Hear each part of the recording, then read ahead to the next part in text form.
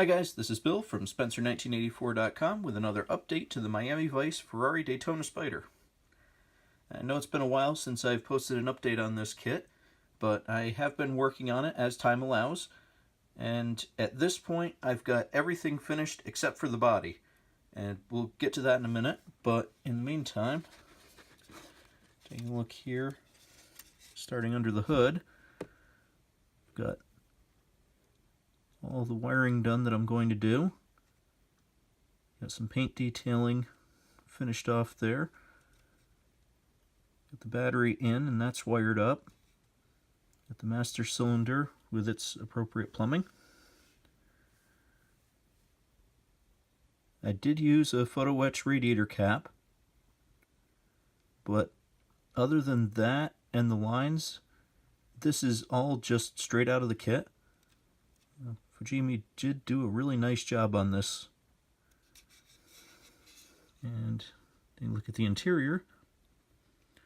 These are not the seats that came in this kit. These are actually out of the Revell, and I do like them better than what came in the Fujimi. They've got a bit better detailing, especially on the bolsters, and they're a little bit better thickness-wise, and just overall shape. I like these better. So when I tried to upgrade the ones that came in the kit, and it just didn't look quite right. And it's certainly not as good as the Revell parts did, so I just went with these instead. And take a look at the dashboard. Got that all painted.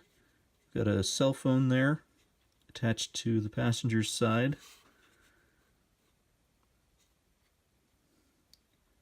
And again, most of this, as far as detail work, is straight out of the kit.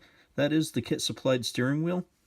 I considered using a photo etch piece, but in the end, I just thinned down the spokes on what was provided, and I thought that looks pretty good as is.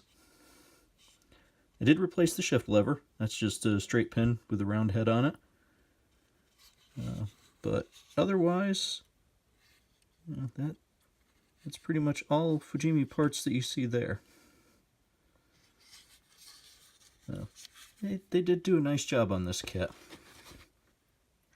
And I do have the body modified and painted, but such as the realities of a gloss black paint job, you can see I've got to do quite a bit of wet sanding and polishing before I get this to look anywhere near acceptable.